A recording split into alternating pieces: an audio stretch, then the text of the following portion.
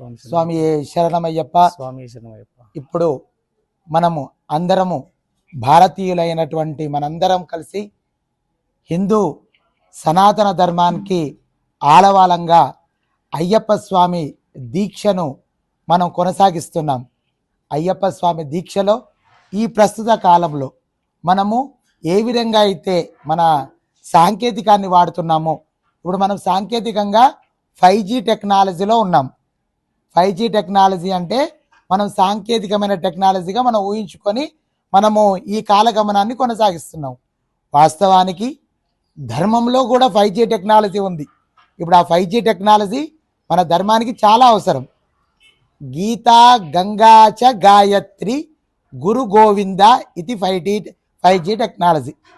అంటే ప్రతి ఒక్క మానవుని జీవితంలో గీత ఉండాలి, గాయత్రి కొనసాగాలి, గాయత్రి మంత్రాన్ని స్వీకరించాలి, గాయత్రిని ఉపదేశించుకోవాలి, గాయత్రిని నిరంతరము చదువుతూ ఉండాలి. గీత గంగా గాయత్రి. గంగా అంటే ఇక్కడ పరిశుభ్రమైన స్వచ్ఛమైన నీటితో మనము స్నానాన్ని కలుష జలంలో ఏవైతే గీత గంగా యమున సరస్వతి ఈ విధంగా మనం చెప్పుకుంటామో ఆ విధంగా ఇక్కడ గంగా అంటే ఏంటంటే పవిత్ర జలంతో పంచభూతాలలో నింగి నేల గాలి నీరు నిప్పు అన్నట్టుగా ఆ యొక్క నీటితో కూడా మనము నిరంతరము పరిశుభ్రమైన స్నానాదులు ఉపయోగించుకుంటూ స్నానం చేస్తూ మన ఆరోగ్యాన్ని కాపాడుకునే విధానంగా ఇక గంగాగా మనం ఉదాహరించుకుంటామన్నట్టు. అదేవిధంగా గురు అయ్యప్ప మాలలో గురు లేని మాల అయ్యప్ప మాల స్వీకరించబడదు. అయ్యప్ప దీక్ష అయ్యప్ప మాల అంటే సాక్షాత్తు గురువుని ఎంచుకొని గురువు ద్వారా స్వీకరించిన మాలనే అయ్యప్ప మాలగా మనం స్వీకరిస్తాం. ఇదే విధంగా ఇప్పుడు గీత గంగాచ గాయత్రి గురు గోవింద ఇక్కడ 4 అయిపోయినాయి. 5వ టెక్నాలజీ వచ్చేసరికి గో ఇంద. గో అంటే ఇక్కడ గోవు, ఇంద అంటే తీసుకో. మనము తిరుపతికి వెళ్ళి గోవిందా గోవిందా అంటాం.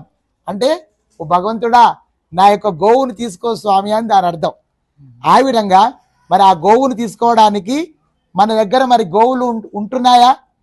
గోవులు అంతరించిపోతున్నాయి. అన్య మతస్థుల ద్వారా కానీ లేకపోతే వేరే రకంగా ఏ రకంగానైనా మన భారతీయ సనాతన ధర్మంలో గోవు యొక్క ప్రాధాన్యం చాలా గొప్పతనంగా ఉంది. గోవు ద్వారానే గోత్రయంగా ఏర్పడింది, గోత్రంగా ఏర్పడింది. గోత్రంగా ఏర్పడినప్పుడే మన యొక్క ఈ యొక్క కుల ప్రాశస్త్యం కూడా కొనసాగింది. ఇప్పుడు మనకు గోత్రనామాలు అనేటువంటి గో నుంచే వచ్చినాయి.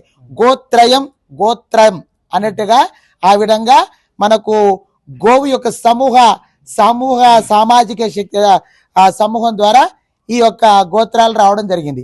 అదే విధంగా గోత్రాలతో పాటుగా నేను గొప్పగా గోవు గురించి 2 విషయాలు తెలియజేస్తాను. ఇప్పుడు వాస్తవానికి మన అయ్యప్ప స్వామి దీక్ష తప్పకుండా గోవుకి అనుబంధంగా ఉంది.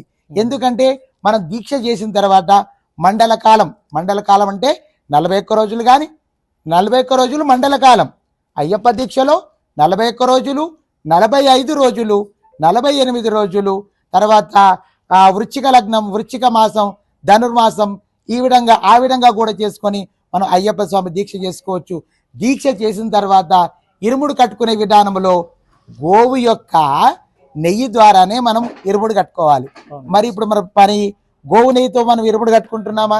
మనం అనుకుంటున్నాం గోవు నెయ్యితో ఇరుముడు కట్టుకుంటున్నామని.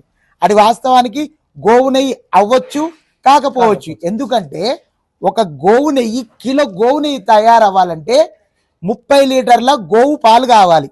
మరి 30 లీటర్ల గోవు పాలతోటి 1 కిలో గోవు నెయ్యి తయారవుతుంది. మరి అలాంటి గోవు నెయ్యిని మనం స్వీకరిస్తున్నామా? ఇరుముడిలో శబరిమలకు తీసుకెళ్లి ఇరుముడిలో అలాంటి గోవు నెయ్యి నేస్తున్నామా? నమ్మశక్యంగా ఉండకపోవచ్చు. ఎందుకంటే గోవులు అంతరించిపోతున్నాయి. అంతరించిపోయే క్రమంలో గోవు నెయ్యి దొరుకుతుందా అంటే అది ప్రశ్నార్థకంగానే ఉంది.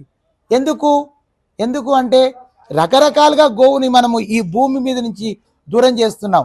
గోవుని దూరం చేయడము అంటే మన యొక్క భారత సనాతన ధర్మాన్ని మనంతట మనమే దూరం చేసుకున్నట్టు లెక్క. కాబట్టి గోవు మన జీవన విధానానికి ఆధారమై ఉంది.